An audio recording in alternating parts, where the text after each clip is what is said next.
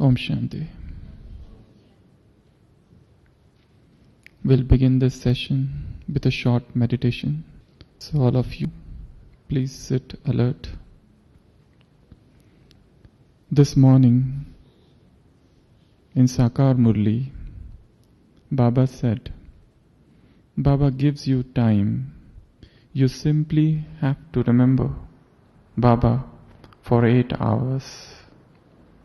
Also at one place, Baba said, your original religion is peace, and you have come from the land of peace. So, let's experience that land of peace.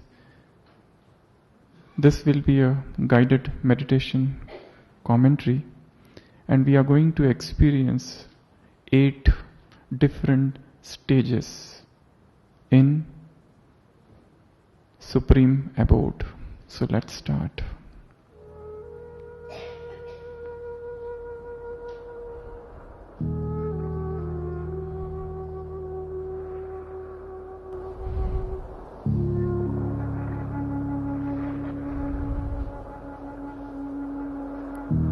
Shining in the middle of the forehead. I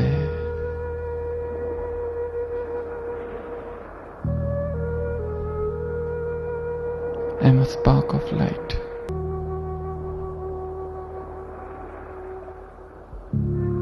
A luminous point.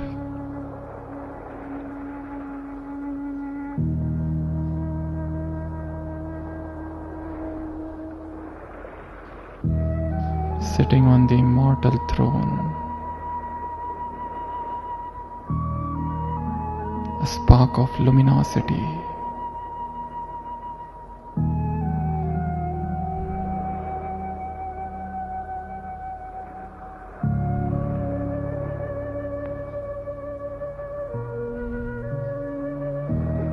Let me feel myself.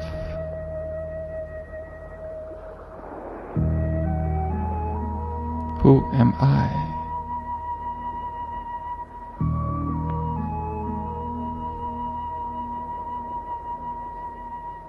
The consciousness of the body is going away. I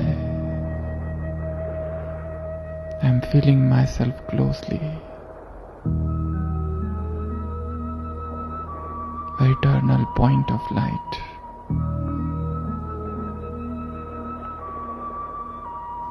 Sparkling.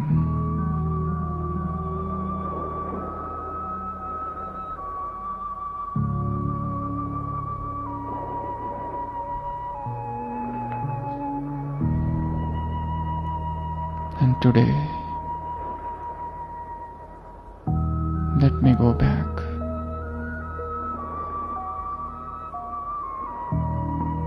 to the same place whence I had come.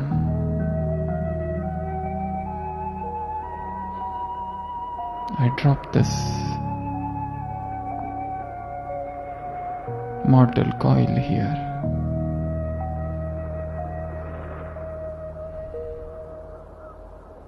And ascend up beyond this world.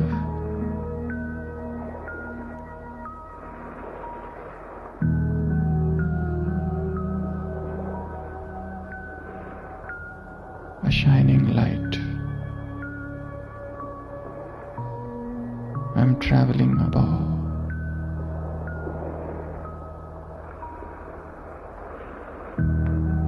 Beyond this firmament. Beyond the 5 elements.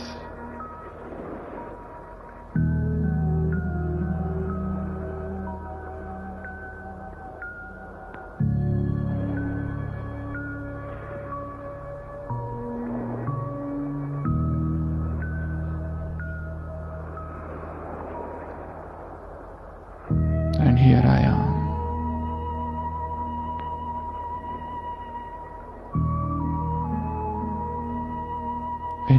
sweet silence home.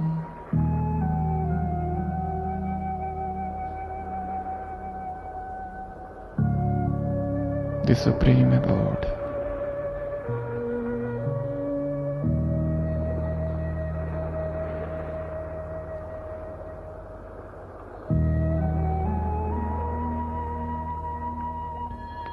First experience. I, the soul, am experiencing the silence of this world.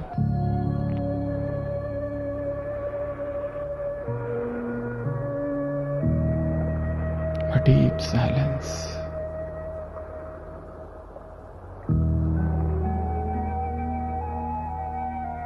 Absolute soundlessness.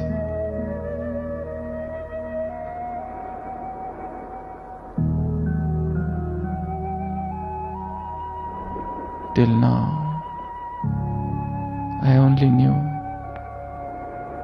the silence of that temporal world. But today, let me test this divine silence, the silence of Paramdham.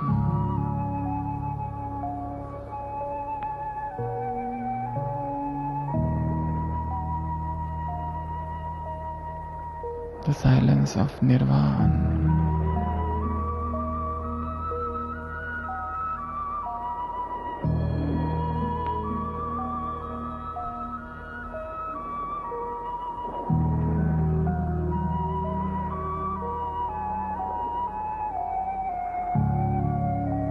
Second experience. I, the soul,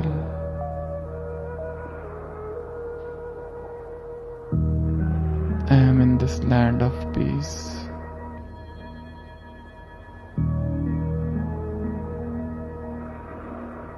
Shantidham. Till now, I tasted the peace of that world.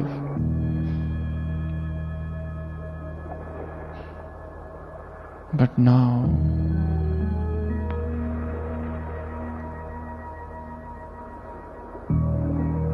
I relish the supreme peace of this world of peace. The entire peace of this world is merging in me.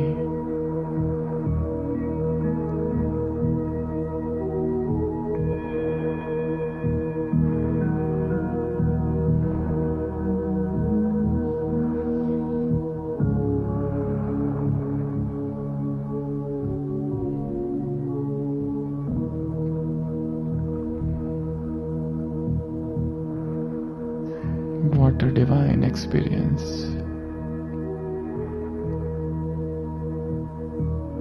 Third experience now.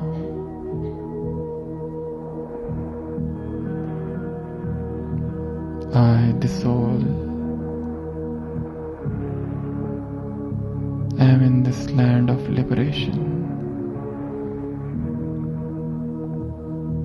Experience of complete freedom.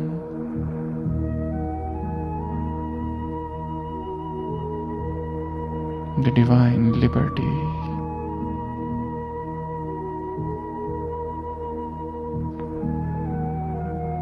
Till now, I had some experience of freedom in the gross world, but now I experience complete freedom. Complete bodiless stage.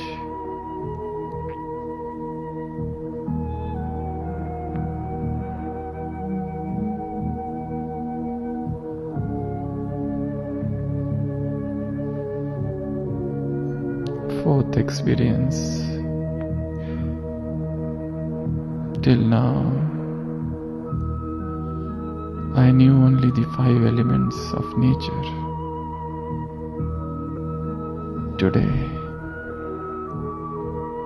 here I am surrounded by the 6th element.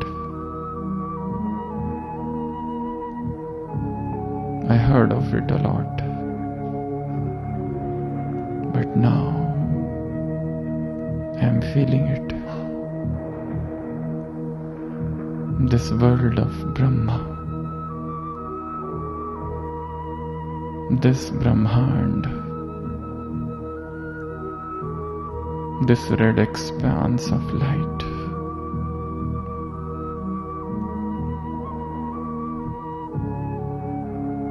the deep experience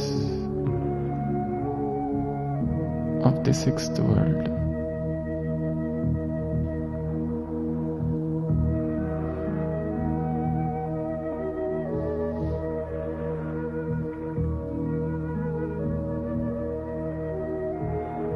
Now the 5th experience.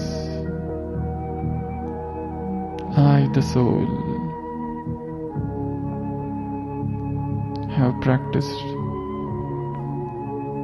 soul consciousness whilst in the body. Today, I am in the soul world, and I experience all my divine attributes here. I am supremely pure soul.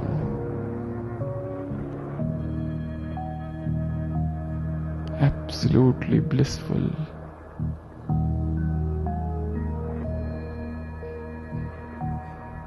Most powerful.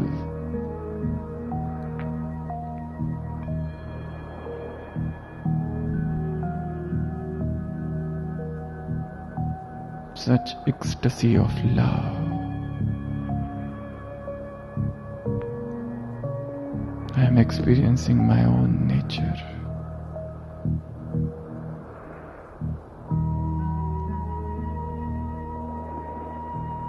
Now the 6th experience. I am in front of Supreme Soul, and all His divine rays are penetrating me. The rain of divine melody, the shower of supreme, the shower of divine vibrations.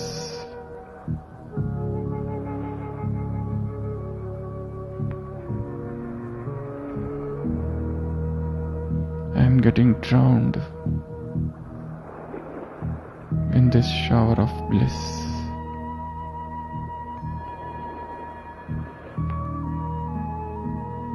Now the 7th experience.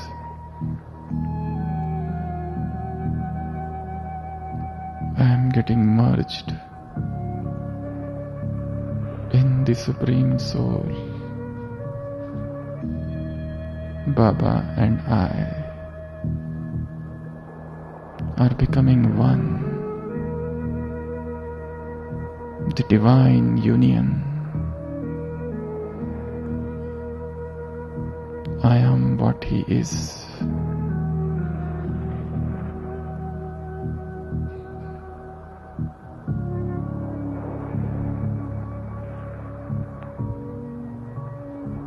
And the last experience. From our combined form,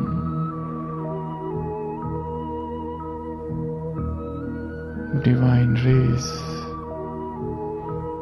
are spreading all around,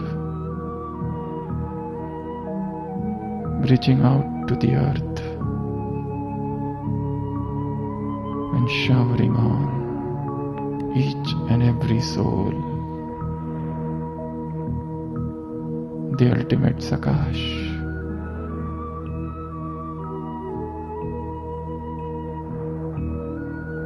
I and my Father are one.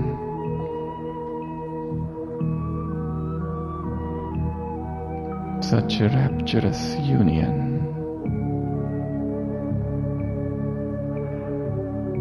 The divine experience of combined form.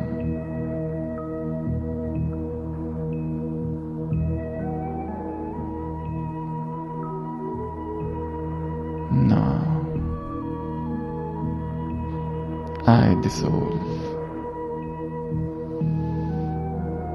come down slowly back to this world and getting situated in the middle of the forehead, supremely charged, supremely pure, blissful,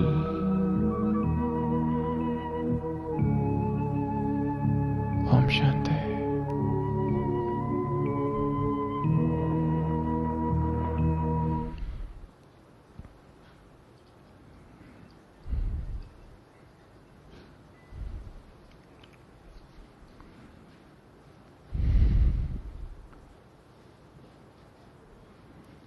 So, we are here for a very interesting session, spiritual re-engineering. I will begin with a very short story. There was once a very old church.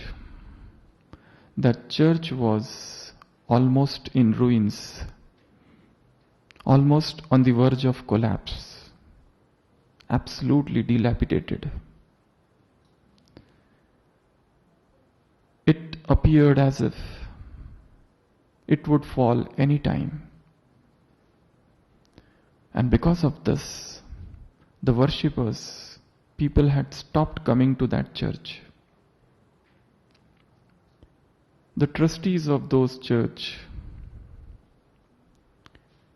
they consulted many architects, and those architects told, this church is beyond repair. You have to construct a new church. It's no use because it can fall any time. Absolute in the state of it was in tatters. So all the trustees of that church took a meeting. Even the meeting took place outside of the church, because that church would fall any time. And certain things were discussed in that meeting, or rather, certain resolutions were passed in that meeting. So all those people sat, all the trustees of that church, and they passed in all 4 resolutions. The first resolution was a new church should be constructed, and everybody agreed to that. The second resolution was we must destroy the old church. Even that resolution was passed unanimously. The third resolution was the new church should be constructed in the same place where the old church stands now, and from the same material of which the old church is made up of. Even this resolution was unanimously passed. The first was a new church should be constructed. Second was old should be destroyed, though all of them were very reluctant, because they did not want to destroy it. But after seeing its present state, somehow they made this resolution, and which was passed. The third was a new church should be constructed, but in the same place where the old church at present stands, and from the same material. the fourth resolution was passed, and it was, unless and until a new church is constructed, we will not destroy the old church. And even this resolution was unanimously passed.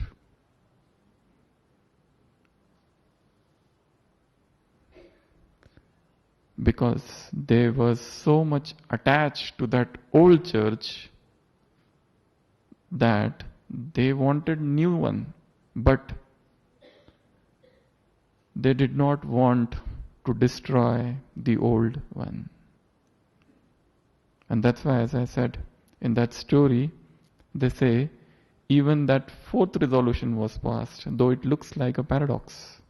Unless and until the new is constructed, the old we will not destroy. Why I'm telling you all this? Humans have a tendency for a deep attachment to all that is old. There is an inborn tendency within a human soul that though it aspires for new things, but still it doesn't want to let go of the old. That may be old sanskar, that may be old thought, that may be old emotion, that may be old relationship, that may be old habit, that could be anything. But somehow that clinging persists. When we talk of engineering, this is a very new word, at least for me. It means so many things. First of all, letting go of the past.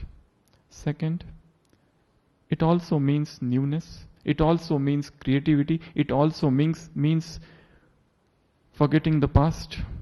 It also means transforming everything into something which is very creative, something which is absolutely newfangled.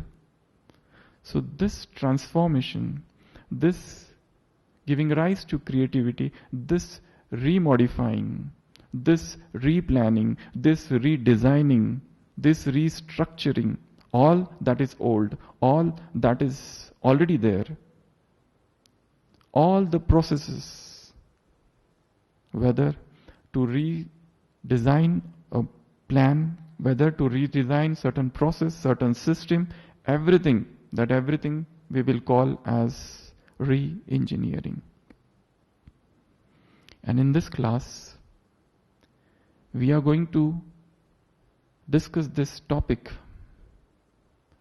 in 21 different parts. We are going to do re-engineering at 21 different levels. This is a spiritual journey every one of us has started. And we are leading definitely a very spiritual life. But somehow, as I said, whilst living any particular pattern of life, if you continue the same pattern for a long time, a dullness comes. That newness, that creativity, that freshness somewhere is lost. That's why this process is very, very necessary. I can tell you, suppose there is a tree and there is a seed. So we are going to see what is that seed and what are the different 21 branches of that tree. Or if suppose there is one engine and on that engine, suppose it is a train, there are 21 different bogies. But there is one engine which is moving all those 21 bogies. So this process of redefining, restructuring, revamping, repairing is something which is known as re-engineering. As we will progress, this class would be sort of a journey. And whatever 21 points we are going to discuss, each one of us, at least I do that every day, and I would like every one of us should do that, rechecking all these different points. It's not that I'm going to discuss something absolutely new. You all have heard of all of those points. But we are going to understand the same subject in a very different perspective. Even before I start the subject, I would yet like to tell you one more story. There was a very experienced mechanic, and he worked in one company for 30 years, and later on he retired. After his retirement, once there was a problem in the one machine which that company had. It was a very huge machine, and every mechanic was called, and nobody could repair. Nobody could even understand where is the problem with that machine. So ultimately the manager of that company called this old man. And though he was not very much willing to take this challenge, yet he was requested and he came. So when he came, this old man, he saw that machine. He kept on seeing that machine from morning till evening. He didn't do anything. He was just seeing that machine the whole day. And evening, he took one chalk and he made one cross. And he said, replace this part. That's it. Immediately that part was replaced and machine started working perfectly. After some days, this mechanic sent a bill of $50,000 to the company. The manager of the company, he wanted an itemized accounting of that amount. How can you charge $50,000 for just making a mark? Actually, he didn't do anything. He just made a mark. So this mechanic sent back the bill. He said, first, for making that cross with a chalk, $1, and for the process, or you can say where to make that cross, he charged that $49,999 dollars. Where to make that cross, that is the most important thing. If we think this our entire life is like that machine, and which we were leading from so many years, there was one problem somewhere, but we didn't know where was that problem. Baba came and he is the supreme engineer. He just made one cross and he said, replace this. So many people came on this planet Earth.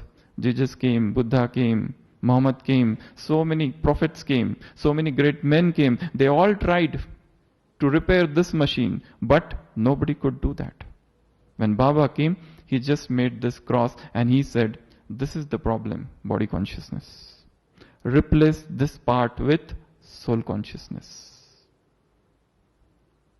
So, let's begin this journey. As I said, we are going to discuss in all 21 different points where we have to bring newness, where we have to bring creativity, where we have to bring transformation. Our journey, as I said earlier, this spiritual engineering would be like a tree, and soul consciousness is the seed of this tree. If that soul consciousness comes, everything would come.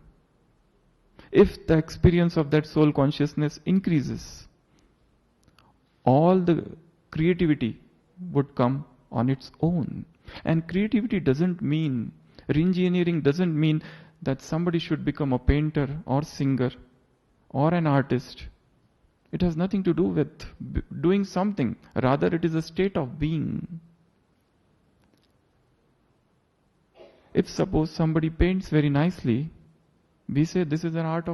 There is a lot of creativity in that. But then not everyone is going to become a painter. Not everyone is going to become a singer. Not everyone is going to become a dancer. That's maybe only few can do that. But that doesn't mean that everybody cannot become creative. Creativity can come everywhere in each and every sphere of life. Our walking can be a creativity, our eating can be a creativity, our seeing, our being, our moving around, everything we can turn into something new, something novel, something which we never had before. That experience of something new is re-engineering. So, let's begin the journey. The first part or the first dimension of spiritual engineering starts with thought, sankalp. The first branch of this tree of spiritual re-engineering is thought. What newness we are going to bring at the level of thought, that we need to understand. Because the same thought, all of us, we get up in the morning, we do Amrit Vela, we talk with Baba, we experience bodiless stage, then we listen Murli, we read Murli. This is going on for a long time, and we get lot many new thoughts from Murli. But still, we need something fresh, some different nutrition at the level of thought, and how that will come. You all know that thought is the seed of everything, whatever we do. As is our thought, so we become. So if we have to understand this process of recreation of thoughts, we need to understand this thought in great detail or in some depth. Our mind operates in two planes, conscious and subconscious. What is visible on the surface is the conscious mind, and what's below the iceberg, below the iceberg which is hidden, that is the subconscious mind. And so many memories and so many thoughts are hidden in that subconscious mind.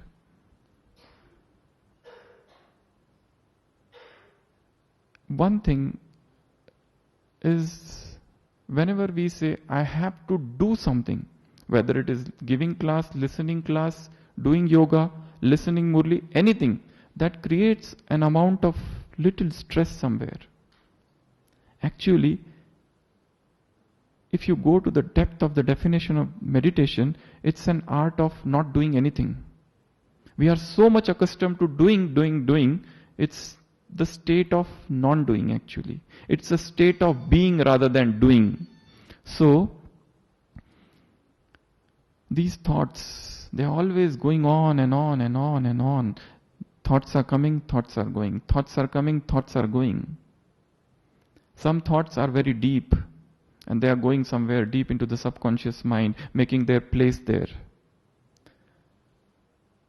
What we do in meditation is we create positive thoughts, we create thoughts of higher consciousness. But there is yet one more thing which Baba has mentioned in some of the Murlis, and that is watching our own thoughts as detached observer. As if my mind is a tree and thoughts are birds. They are coming, sitting, but I am not doing anything. I am not doing anything. I am just a detached observer, a spectator. Let them come and let them go. Let them come and let them go. I am not touching them anywhere. So now, again, we'll sit back just for a minute and do this experiment. All of you, again, sit alert. For 1 minute, imagine you are a tree and thoughts are birds. They are coming, you are watching them and not doing anything. Let them be anything, positive, negative, anything. Just watching them as a detached observer. Okay? Red light.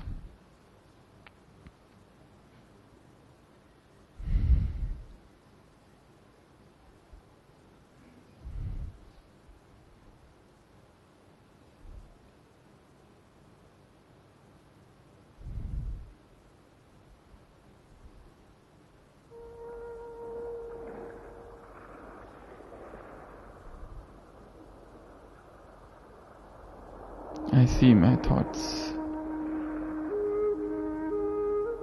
But I am not those thoughts. I am absolutely detached.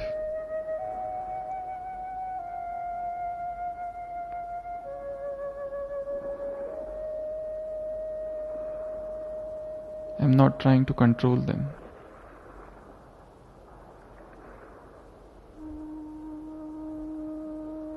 I just see them. These birds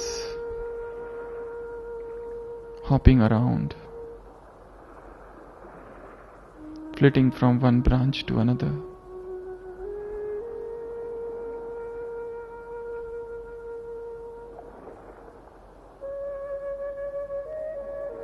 The state of Sakshi.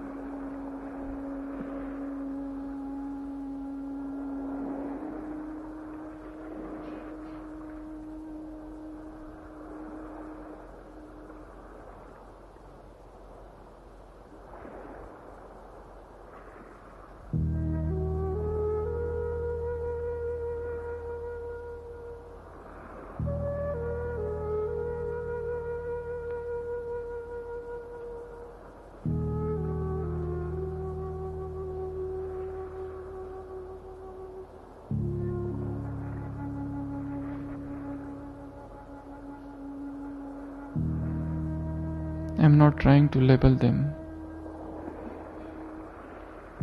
I am just watching.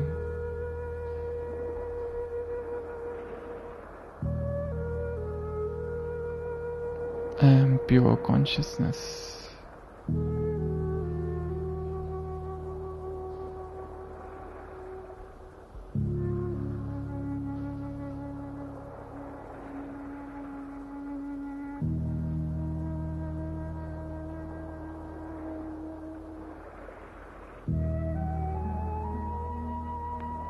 Om Shanti.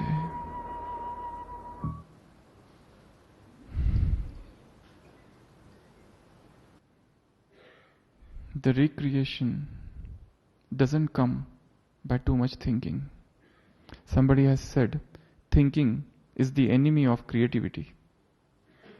It looks paradox, but the greatest of the discoveries, the greatest of the inventions are done in that stage of thoughtlessness. We progress gradually towards that stage where we become so much soul conscious that the number of thoughts which are coming, they become less and less and less and less. We are not even thinking of anything.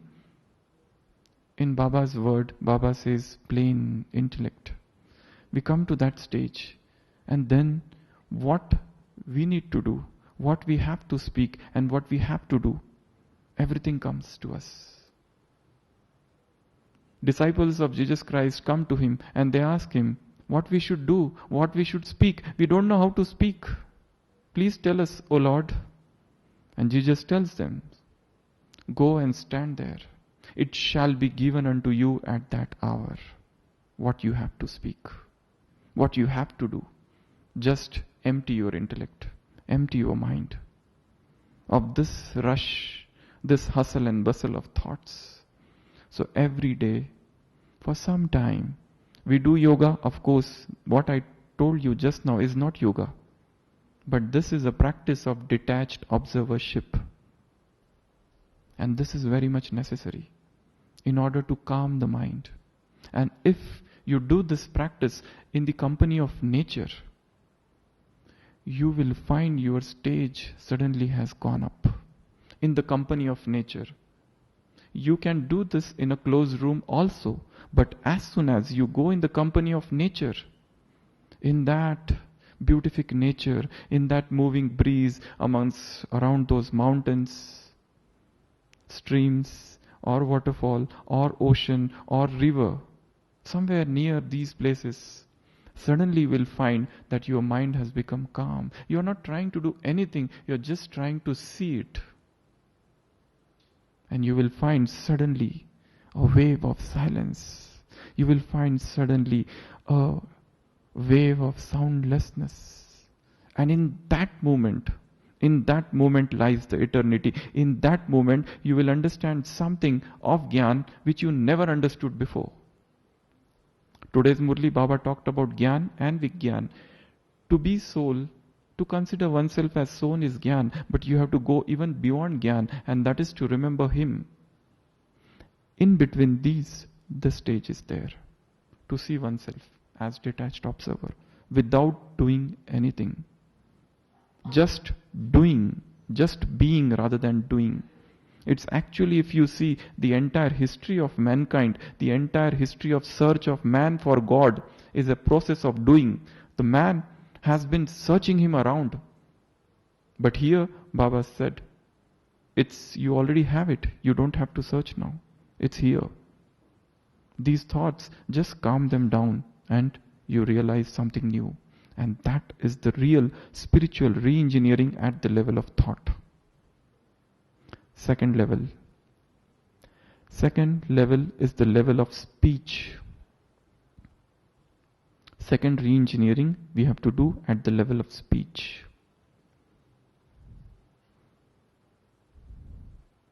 I shall speak to thee in silence. Somebody says. The greatest speech is the speech of silence. If you remember last season's Murli, the first Murli, there were total 7 Murlis. The first Murli was on peace of mind, power of mind, silence of mind and dance of mind. The second Murli was on Baba made a trip to capital. The third Murli was on Baba took us to the first Avyakta meeting, 21st January 1969. The fourth Murli was on Baba said you all have to come in the line of Yogeshwar, Yogi. You all have to become yogi. The fifth Murli of last season was on you have to create palace of happiness and stay in unlimited. The sixth Murli was on garlands. Different garlands Baba gave. And last Murli, 20th March 2017, was on angels. You have to become an angel. So these were 7 different Murlis of last season. Here we are talking about speech. What newness we can bring at the level of speech. We know that how to speak. Speak nicely, speak sweetly, speak being situated in self-respect, give respect to other. Baba says all of these things in Murlis. But as the greatest speech is actually the most simplest one. The greatest speech would be the speech of silence. There is no other speech on this earth which is greater than silence. If we can stay in that stage of silence for a long time, whatever that we would speak would carry power. Because that speech, if suppose that speech is at the orbit, the silence is at the center. And the speech is arising from that silence. In my own life, there were many events where I went into silence. About 3 or 4 times this happened. And that silence was uninterrupted silence for sometimes few months. Sometimes few months where I was so silent. And I had the experience, though I was not in Gyan even during those times, but I could feel the power of spirituality within me in those periods of silence. And every day, at least, those who are very much busy in working, they should spend at least 6 hours in deep silence, starting from till at least 8 o'clock or 9 o'clock. Those who are working, those who have to interact too much with the world, and those who don't have to, they should increase this period of silence.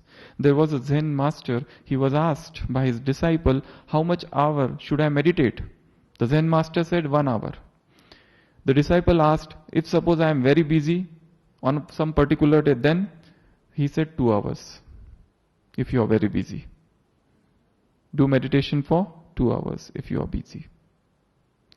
So, speech should come out of that silence. One, speech, as Baba said in the recent Murli, burn this tail of I consciousness. You become Mahavir. You are Hanuman. You have to burn this tail of I consciousness and burn it with intense volcanic yoga. So when a soul stays in that period of volcanic yoga in the morning for a long time, and then again in the evening, whatever there is in the middle of your daily routine, that automatically becomes powerful. You cannot waste that. The speech automatically becomes powerful. There's a very beautiful story by Leo Tolstoy, Russian author. He said about 3 saints in Russia. They started becoming very famous, and all the 3 of them were very simple, uneducated, uncivilized. They used to live in one island.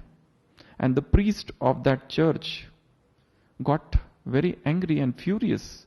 How these people are getting more famous. All people have started coming to them, going to them. Nobody is coming to church. What is so much with these people? And he wanted to teach them something. So he took a boat and went to that island. The moment he reached there, all the 3 of those people, they touched his feet, and he felt little safe that these people are not arrogant. And he asked them, how you are becoming so famous? They said, no, we don't know about it. We tell people not to come here, but they still keep on coming here. So he asked them, do you know the prayer? All 3 of them said, we do not know any prayer. We just know one simple prayer. We say, we are 3 and he is 3. Father, Son and Holy Ghost. That is the only prayer we say. We are 3, you are 3, have mercy on us. So the priest gets very angry. He says, this is a stupid prayer. This is not an official prayer. I will teach you what is prayer. And he teaches them some prayers from Bible. Few good prayers. And the 3 of them, they listen very attentively. After he finishes prayer, they say, we again forgot. Just repeat that. He again repeats. Again they said, we again forgot. Please repeat once more. So he repeats once more. And then he feels very satisfied that he has taught them a good prayer. And he leaves from that place. He takes his boat and starts going. After some time, he sees that all 3 of them are walking on that sea and coming to him. They are walking on the sea and coming to him. So he feels as if 3 angels are walking and rushing towards him, and they come and stand near that boat and tell that priest, oh please Lord, we forgot the prayer again, please teach us once more. So that priest says, I need not to teach you anything, you just continue with what you are doing. I need to touch your feet. Because what I taught you, that was official prayer. What you are doing, what you are praying, that is the most correct prayer. Because the words were most simple. We are 3, you are 3, have mercy on us. Most simplest. So, the re-engineering at the level of speech consists of simplicity, soul consciousness and silence. The deeper our silence, the more powerful would be our speech. Third, the third level of spiritual re-engineering is the level of actions. Once the thought is powerful, automatically actions are going to become powerful. But Baba has said 5 types of actions are most elevated actions. You all have heard about them. The first, all the actions done in the state of soul consciousness are powerful actions. Second, all actions carried out in the stage of remembrance of Baba are powerful actions. Third, all actions which are done in the spirit of selflessness are powerful action. Fourth, all actions where you have felt yourself to be just an instrument in the hand of the divine, that action would be most powerful. And all actions, fifth, where you are nirman, Baba says, humility, humble. These 5 types of actions are most powerful actions, and these are the actions as per Srimat, where you feel as if you are not doing anything. As if He is doing everything through you. He is speaking through you. He is doing that particular seva through you. So there is no question of I consciousness. I have done this, I have done this, I have done this. I am not doing anything. It's He who is moving me. It's His power. It is His bliss, grace that is moving me. So that spirit, that experience of being just an instrument. You know, in India there was a very great singer. His name was Muhammad Rafi. He was a very great singer, the greatest of all time. Somebody was very praising him once, too much. So he said one thing, very beautiful thing. He said, if God wanted, He could have given this voice to somebody else also. But I am thankful to Him because He has given this voice to me. He didn't say that, he didn't even accept that praise. That sort of humility, that sort of being an instrument. I am just the instrument of God. If Baba wants, He might make somebody else the instrument the other day, the next day. And I have no complaints to Him for anything. My part, whatever He has given me, I am very much happy and very much satisfied about it. So deep sense of satisfaction arises from this. So, actions as per Srimat, one more point, as per Srimat. You can include that humility and instrument into 1 point and you can make 5 points. And re-engineering at the level of action means actions should be as per Srimat, actions done in the spirit of soul consciousness, actions done in the spirit of God consciousness, actions when you are instrument, and actions when you are selfless. All these 5 types of actions are, if somewhere something is missing, we need to bring that missing thing back into picture. Fourth level of spiritual re-engineering is the level of relationships and connections. Relationships and connections. In today's Sakar Murli, Baba talked about spiritual connections. You all are brothers. You are not related to each other by any other relationship except this one relationship. So what is spiritual connection, or what is this spiritual re-engineering at the level of relationships and actions? Only one important thing I will tell, and that is detachment in relationship.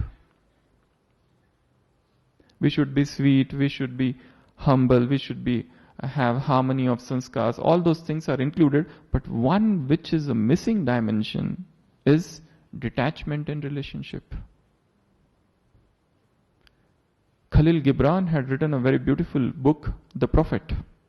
In that Prophet book, the protagonist, the main actor, Mustafa, he was asked, tell us something about love. So he says, love between two people, lovers, that should be like 4 pillars of a temple. They should not come very close to each other.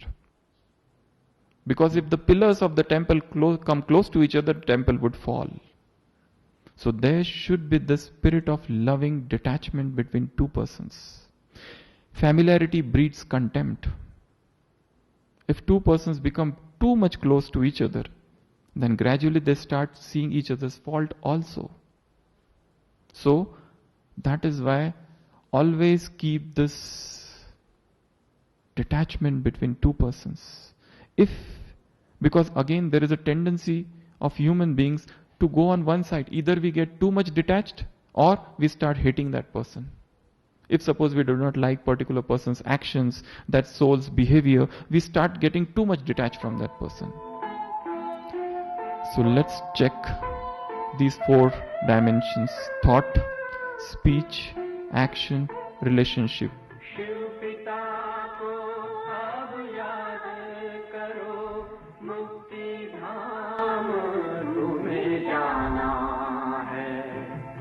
अपने सुकर्मों के बल पर ही सतयुग में तुमको आना है।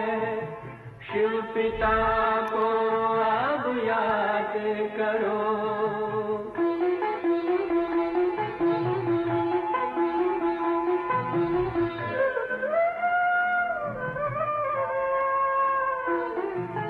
ये संगम का स्वर्णिम युग है, शिव पिता फिर से आया है। ब्रह्मामुख से शिव बाबा ने वही गीता ज्ञान सुनाया है। कलयुग का अंत अब आया है, विकराल विनाश खड़ा आगे। अब हम सबका शिव पिता ने बतलाया है। शिव पिता को अब याद करो।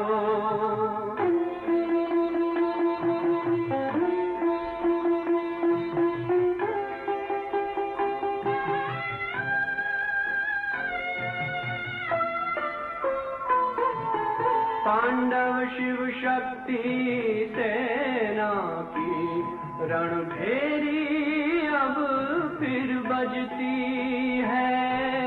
शिव बाबा के ज्ञान से फिर माया को मार भगाना है।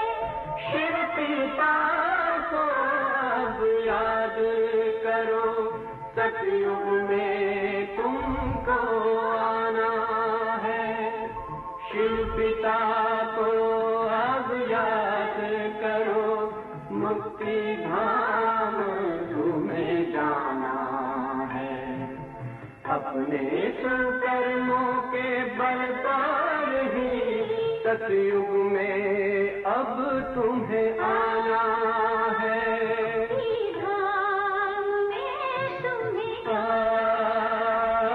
सतयुग में अब तुम्हें आना है। धाम में तुम्हें गाना है।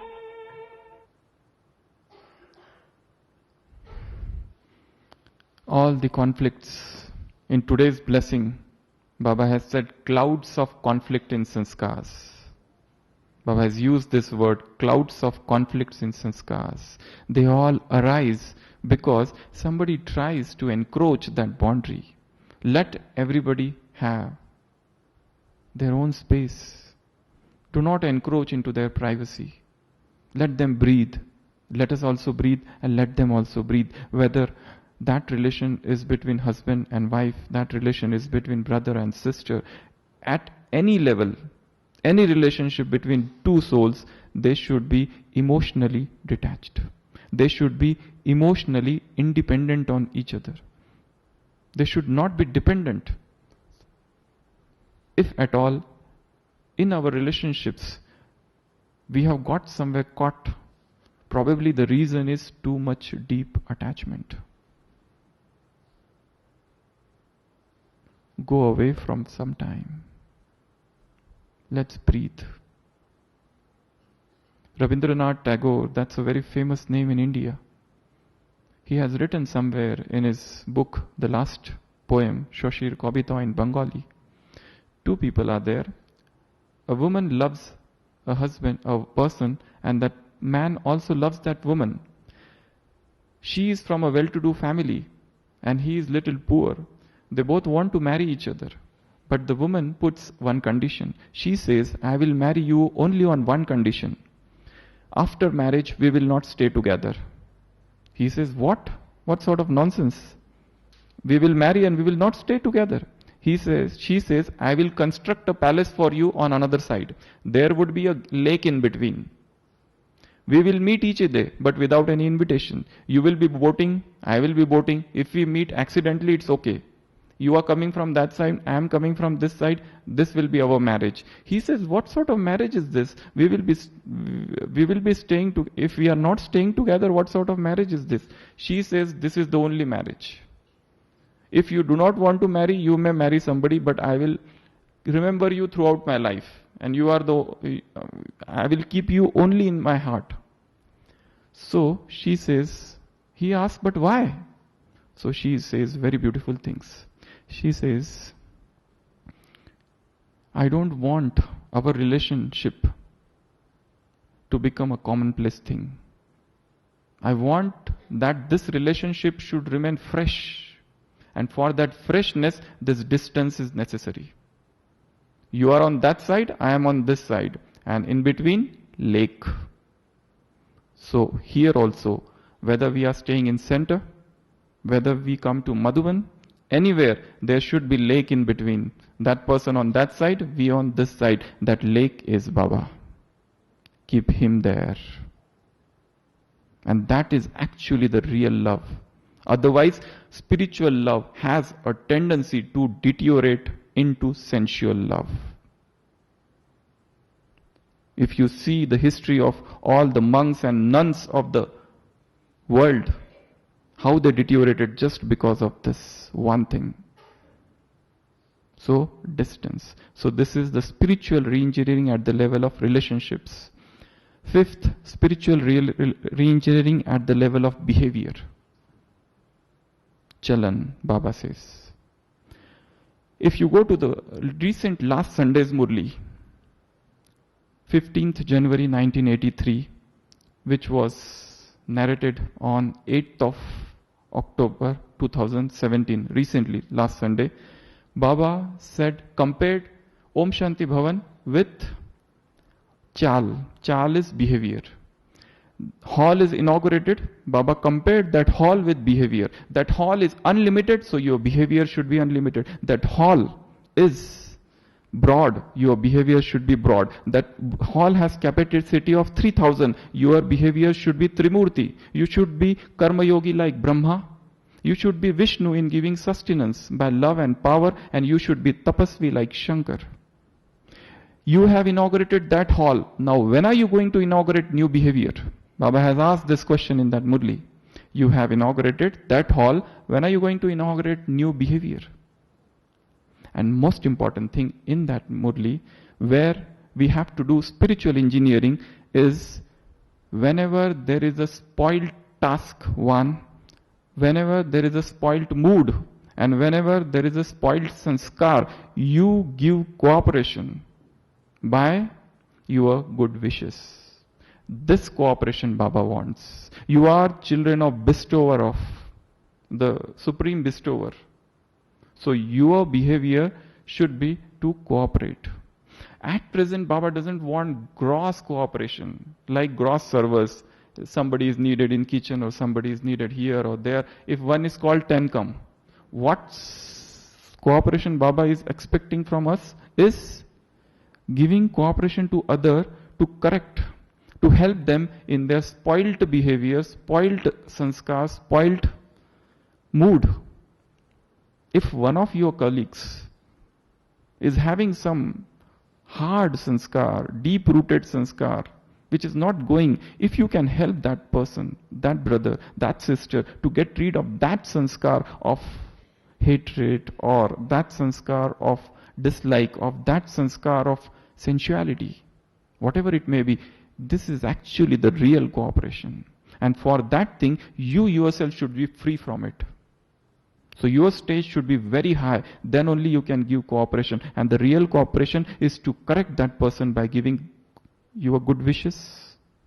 Help him for this. This will be the real spiritual engineering at the level of behavior. And this is what Baba wants. This is 5. You can make a formula 5 plus 2 plus 2 plus 4 plus 4 plus 4.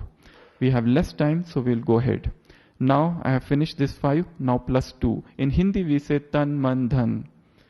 Man we already covered, mind, that is thought. Now 2 are there. Tan and dhan. Tan is body. Spiritual engineering at the level of body. What spiritual engineering we will do at the level of body? How we are carrying this body. How healthy we are keeping it. How vibrant we feel. How much that tirelessness we feel. That is re-engineering at the level of body. And at this level, the most important thing is food. What we are eating. Let's go more towards nature. Let's go more towards natural food. If you divide food into 3 categories, Rajasic, Sattvic and Tamasic, all that food that stimulates you, all that food that leads to excitation, all that food which is too much sweet and too much sour, that is all Rajasic. Yogi's diet, a brahmachari's diet should be, Mahatma Gandhi has written somewhere in his book as well as in the journal Young India in 1910, 6th August. A brahmachari's food should consist of fruits, vegetables, as much spiceless as possible, and if possible, uncooked. The moment we become Brahmin, the greatest attraction that pulls you is food. We call it Brahma Bhojan, but somewhere we are drowned in that, in the taste. And remember Baba's version, Master Almighty Authority is a soul who is controller of taste. The one who has not controlled his taste, that is known as Rasendriya, how he can control Janendriya? You cannot control your sensual organs without controlling the taste. The one who is the master of his taste, one who has risen above all this taste thing, you will achieve a new dimension. That soul consciousness will come to you all of a sudden, which you never had. You are trying hard, you are getting up at 2 o'clock, 3 o'clock, 4 o'clock, doing very good Amrit Vela, churning Murli, doing everything, and in spite of all that, that soul consciousness thing is evading you. The reason is food. The more we go towards nature, the more healthy we become. The more we go in the lap of nature, the more you will feel your body has undergone a spiritual change within. So that is the spiritual engineering at the level of body, means to go more towards natural diet. Next, spiritual engineering at the level of wealth. Wealth includes all the wealth, whether gross or subtle. Subtle wealth we know a lot, knowledge. But there is a growing tendency in Brahmins to rush towards the gross wealth for the purpose of service or whatever. And somewhere, if you study history, Saint Francis of Assisi, in his monastery he had 2 rules. One is celibacy and second was poverty. And that institution, that deteriorated later on because a lot of wealth came into that. Because most of the monks and the followers who came later on, they became greedy. And they start amassing wealth from public. And gradually that deteriorated. But the greatest of the tapasya, which Dadis did, that time all these facilities and nothing was there. But still they did the greatest of tapasya. So somewhere, whatever wealth we have, whether at center, at home or anywhere, we should have the attitude, this is not mine. Today's Murli, remember. Baba said, this is not mine. I, the soul, I have nothing to remember. If you want to come in the beats of rosary, you have to achieve that karmatit stage. You should have the feeling that nothing is mine. Not whatsoever. Vanity of vanity, all is vanity. Such intense vairag for all this wealth of the world. that this is not going to satisfy me. And I am not here. I am not here to do this thing. This wild goose chase for money, for wealth, for luxuries, for facilities. Asking oneself, had I come here for this? The goal of my life is tapasya. Intense tapasya, volcanic tapasya, and that tapasya is possible only with that higher stage of purity, with that higher stage of control, with that higher stage of non-greed. A religious mind is a non-ambitious mind. Remember that. A religious mind is non-ambitious mind. What happened to that Macbeth who fell down because of his ambitions, all these worldly ambitions? We are not here for that. We have to prepare our return journey. So, stop this wild goose chase, this cutthroat competition in this world of wealth. So, the re-engineering at the level of wealth means nothing is mine. Everything is Baba, and everything is Baba's, and everything is for Baba. Whatever that is coming, let it go for Baba. I am nowhere. I am a trustee. That attitude of trusteeship is spiritual re-engineering. So 5 plus 2, now 2 more. Intellect and sanskar. Buddhi and sanskar. Re-engineering at the level of intellect. Baba said, you have to have a very, very pure intellect. Then only this knowledge would stay there. Its line is milk, golden vessel is needed. So we need to do re-engineering at the level of intellect, and the best re-engineering is feeling of egolessness even about the intellect. I know more. Everything can cause ego to a person. I am in this knowledge and I know something more. Actually, the very principle of life is, spiritual life is, now I begin. What I know, I have just information rather than knowledge, I will say. There was a German philosopher, Arthur Schopenhauer. He was a pessimist thinking school advocate. There is an incident in his life. One day, early morning at 3 o'clock, he went to in one garden, and there he was muttering with himself. He was talking with himself. So at 3 o'clock in the morning, the gardener of that garden, he came with a lantern and with a stick, and he was seeing, who is this madman who is talking with himself? So that gardener asks Schopenhauer, who are you? From where you have come? What are you doing? What do you want? 4 questions. So Schopenhauer, he just stops and he says, this is what I am searching. Who I am, from where I have come, where I have to go, and what I have to do. This I have been searching my whole life, and yet I have not got today, till now.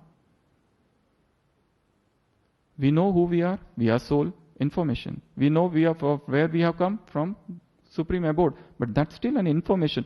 Can you still call it as a knowledge? Knowledge is to become the embodiment. Have I become the embodiment? Have I got that deep realization of all the 4 questions? Perhaps no. So, the re-engineering at the level of intellect is inquisitive intellect, a childlike intellect, that desire, that eagerness to know things, to understand things, to realize them, to know them in depth. And for that, you need that humility.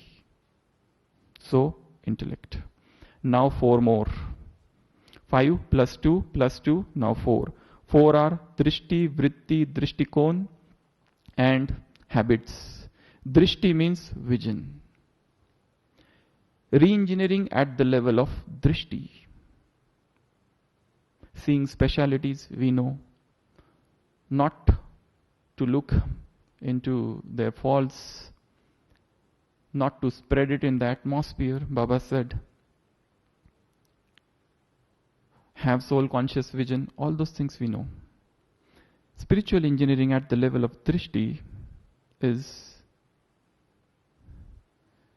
our drishti should become so pure that it should start giving the vibrations of purity to the souls who come in front of us. And for that, you need to go beyond this body conscious vision. The skin, we have a habit to look at the skin. And I tell you, with my own experience, without control of palate, without control of food habits, this vision is never going to become pure. Because for births after births, in today's Murli also, it was there one statement. Births after births, you are body conscious. So if you want that this vision to become pure, first, practice of soul conscious vision. Second, what food we are giving to this body. Also, the food we are taking through eyes and through ears. What are we seeing? What posters, what film, what videos, what clips, anything for that matter. That body consciousness can enter through these eyes. And if you want these eyes to become pure, you need to stop all the sensual world. Otherwise, that spark would get ignited, and that will drive that person into that hell of sensuality. What I am seeing, what I am reading, what books, what news, what I am hearing, what music, even if that contains a trace of sensuality, the trace, that sensuality within me would get ignited. So purity of eyes is the spiritual engineering at the level of eyes. Next, I said drishti, vritti. Vritti is a very difficult word to translate into English, but modification of chitta, of mind, is known as vritti. There are 5 types of vritti. I am not going to go into those details, but vritti in simple English is attitude. Very roughly, if you want to translate, what sort of attitude we have, what sort of vritti we have. Vritti actually means ripples. Suppose a stone is thrown, a pebble is thrown, some ripples are created in that lake or pond or ocean. So those ripples are actually modifications of chitta. They are known as vrittis. So whatever thoughts are generated, the same thoughts will turn into vritti. So spiritual engineering at the level of vritti means to make our attitude elevated, to make our attitude of gratitude, to bring a sense of gratitude everywhere in life. It's a very beautiful idea to keep a gratitude journal. To keep a gratitude journal, a small journal, and at night just write down, I am thankful to Shiva Baba, I am thankful to this divine family, I am thankful to this person who helped me. No matter he might have helped me in a very smaller way, but still that sense of attitude, that gratitude, attitude of gratitude would give a deep solace in the heart. Be thankful to everything, whatever that is there. Thankful to this Gyan Sarovar, thankful to all the Brahmins, thankful to all the Madhuban Nivasis, thankful to Baba, thankful to Dadis, thankful to all our senior sisters, thankful to centers, thankful to the nature, thankful to everything. Fill the mind with so much gratitude so that there should not remain a trace of complaint anywhere in the heart. Baba said, always keep your attainment in front of you, your treasures, your attainments. Next Sunday's Murli, tomorrow's. While talking with, again tomorrow also Baba has, last Sunday also and tomorrow also Baba has talked about attainments. Keep them in front of you all the time. I have got all of these things. Why should I complain about anything?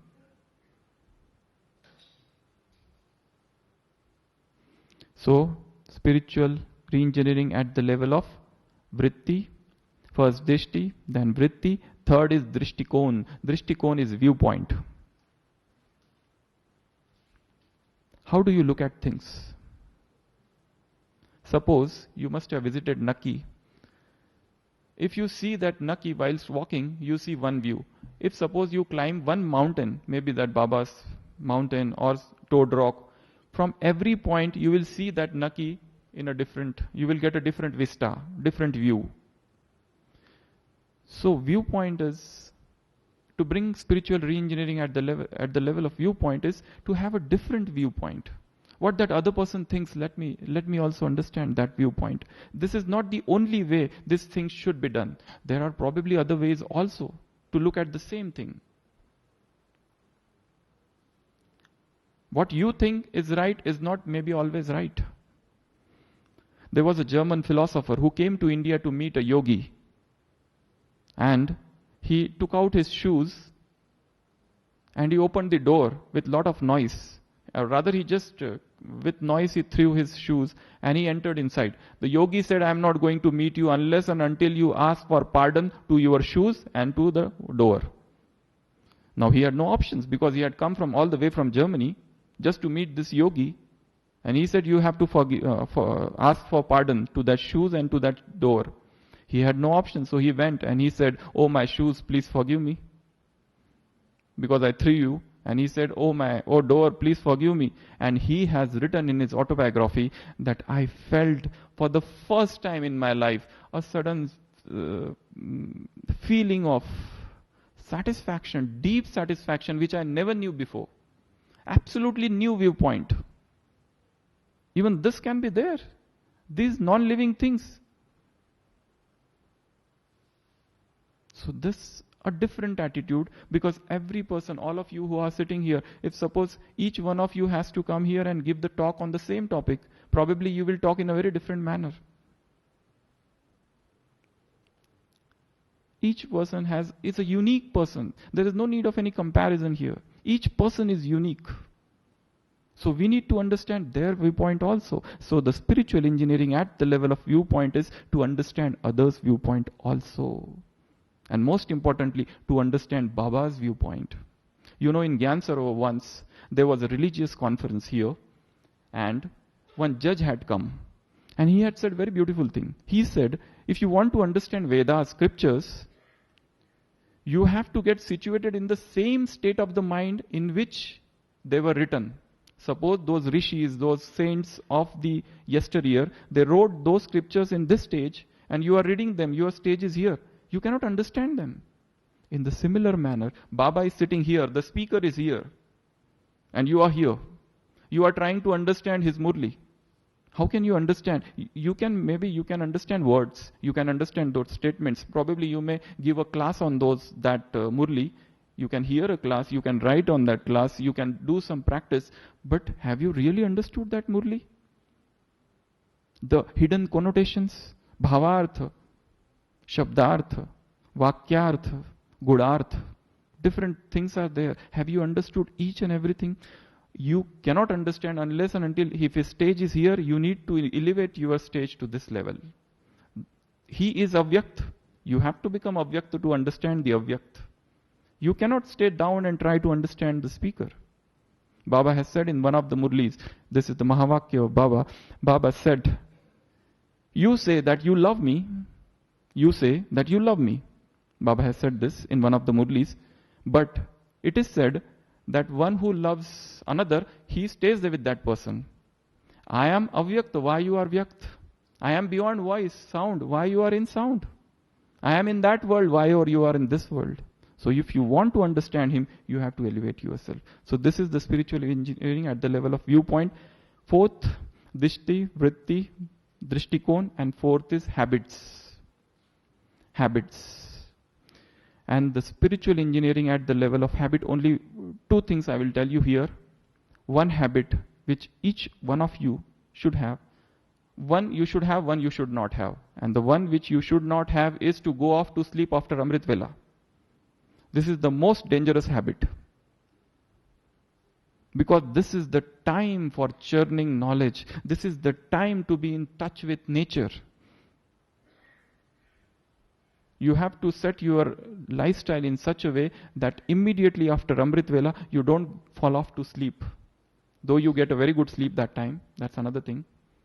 But this is the time for churning knowledge. And second thing, in habits, here in Panda Bhavan we have a small group. In that we have all sat together and they have devised 52 methods of churning Murli. One or two I will tell because time is less. There are different and we are working on this every week. All the souls are given homework and they churn the Murli with that particular method. One of the methods here is example method. Like one person, he will churn the Murli, whatever examples Baba gave, like as if a plane which is going up and it is crossing on the mountains and sea. In this manner, what are all the examples Baba has given? Example method. Second is this contrast method. What are the different contrasts Baba has given? 10 contrasts from one Sakar Murli. In Bhakti, in Gyan. What is in Bhakti, what is in Gyan? So that is known as contrast method. Sometimes it is like self-checking method. What are the 10 points of self-checking Baba has given? So there are about 52 methods. Now we have even made 55. Few more are added. So these are the different methods of churning Murli. Every day you have to do this. So this is the spiritual engineering at the level of habit. So these four, Drishti, Vritti, Drishtikon and habit. Now next four. Listening, eating, touching and writing. These are the senses. Spiritual engineering at the level of listening. What we are listening. And most importantly here, Baba said, listen. In this Sunday's Murli, Baba had said, the recent Murli, recorded Murli which was played in the evening of 8th, Baba said, you are Dayalu Kripalu. You are compassionate, kind and merciful. Here the call of time, here the call of devotees, here the sound of mind. These are the three things Baba said in this recent Murli which was played. Recorded Murli of 2006. That is 30th November 2006 Murli. So Baba said this, try to listen call of devotees, try to listen the call of what nature is saying, what time is saying, what God is saying, what your own conscience is saying. Listen those subtle calls. And for that, again, you need to have a very subtle stage of mind. Then only you can listen all this. Listen also what nature is saying to you. That's why I said this early morning time from 4:45 till 6 o'clock. This is the time you need to go in the company of nature. Listen the chirping of the birds. Listen the waterfall. Listen the stream, the river, the mountains, that silence, that immaculate purity, that time, the vibrations in the atmosphere, the beautiful sceneries and the oceans. Just listen to all of them. That is the spiritual engineering at the level of listening. Second, eating. What I am eating? If it is generating excitement, if it is generating sloth, laziness, probably that is a tamasic food. If it is generating fatigue, probably that's not the food I am made for. The more your subtle stage, the more subtle would be your food. Gradually, you will develop a propensity to go towards natural. So, spiritual engineering at the level of eating. Those who want, they can discuss this topic later on with me.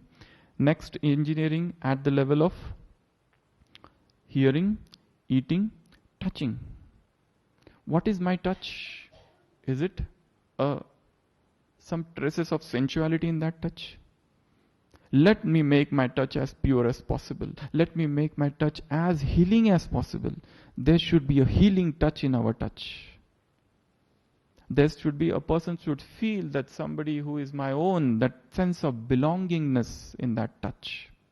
That will be the real spiritual engineering at the level of touch. And then spiritual engineering at the level of writing. What messages I am sending, what SMS, what email, are they really as per Srimat, or just sending happy Thursday Sadguruvar? For no reasons, just they are sending it and sending on and on and on and on. There is no end to that. Where my energy is going, just in sending, writing, whatever I write, that should be encouraging for that soul. It should not make that soul stage fall. Next, tomorrow's Murli, Baba has talked with those who are from media. Tomorrow's Murli, Kalamdhari. Those who are writing with pen, Baba said, I am giving them Kamal, lotus, to those media persons. And Baba said, with that, spread the vibration of purity in the whole world. So, at the level of writing, my writing should be creative, my writing should encouraging others, my writing should not have traces of sensuality, my writing should not be waste, my writing should not be negative, my writing should not carry something which is against Srimat. So spiritual engineering at the level of writing. Next, so these are the 4 levels and 4 more, last 4, and then I'll finish this talk. Spiritual engineering at the level of feelings and emotions. Spiritual engineering at the level of memories or awareness. Spiritual engineering at the level of imagination, and spiritual engineering at the level of dreams. So they become 21. So these are the total 21. Just in short, spiritual engineering at the level of feelings, emotions. As I said, emotional detachment. One should not get so much emotionally attached to some person. That person may be a good effort maker, but still, that is a dependency. Suppose you depend on somebody for some churning, but still that is a dependency. We want to remain independent as possible. And in that stage, you receive Baba's help. You can take cooperation from others, that's fine. But to get emotionally attached to somebody, that's not spiritual engineering. Spiritual engineering at the level of emotions again means detachment. The more detached we are spiritually from the other souls, more powerful we become. Second, memories. What memories we should have? Bring back those memories of spiritual childhood. Bring back those memories of meeting Baba. Bring back those memories of Madhuban. Bring back those memories of your first experience, this Brahmin family. Those divine experiences, rather than languishing in negative memories. Bring back all those divine memories of this Brahmin life, or rather bring back those memories of golden age. These are the best memories of our lives. So spiritual engineering means to linger on these memories for a long time, to stay, to bring back, to revive those memories. Next, spiritual engineering at the level of imagination, visualization. What I am visualizing, what I am seeing, what I am, the greatest addiction in this today's world, in youth, is sensual fantasies. A person sits and imagines. Just imagination, uncontrolled, unbridled imagination. And then he starts doing that. All sensuality arises from that imagination. So making our imagination pure, divine, using it for Sakash service, using it for emerging soul, using it for seeing our own perfect form, all those things with imagination. And last, but not the least, dream. So we started our journey from thought, then we came to second, speech, third, action, fourth, relationship, next, behavior, next, intellect, next, body, sanskar, wealth, next, drishti, vritti, drishtikon, habits, next, writing, drinking, eating, listening, touching, and last 4, imagination, memories, and dreams and feelings. In the dream, at the end, when everything, all 20 are okay, dreams will automatically become okay. You don't have to do anything with dreams. There are again 5 types of dreams. We are not going to discuss them here. So, let's do a 2 minutes meditation, and we will end this session.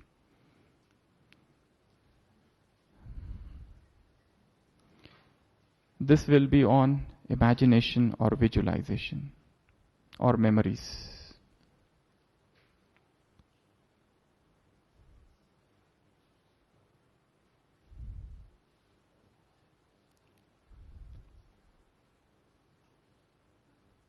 I, the soul,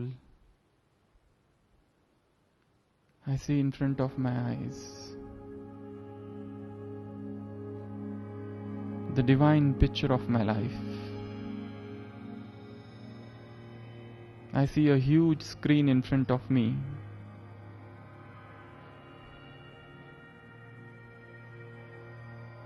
I see how Baba picked me up from this world. I see how Baba made me his own.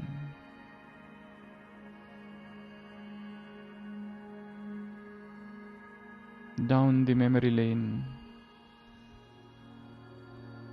I visualize my spiritual childhood. What days were they? What joy! What beauty!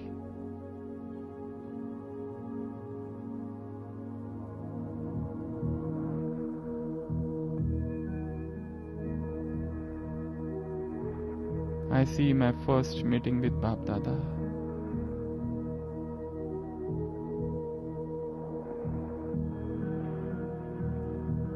I see that huge divine family. This Brahmin family.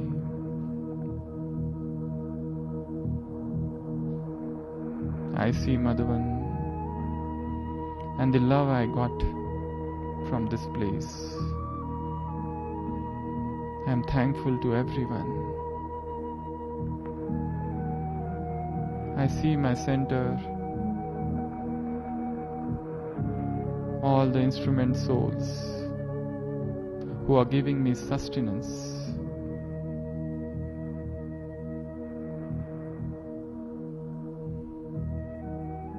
All these pictures are flashing in front of me, filling me with a deep sense of gratitude.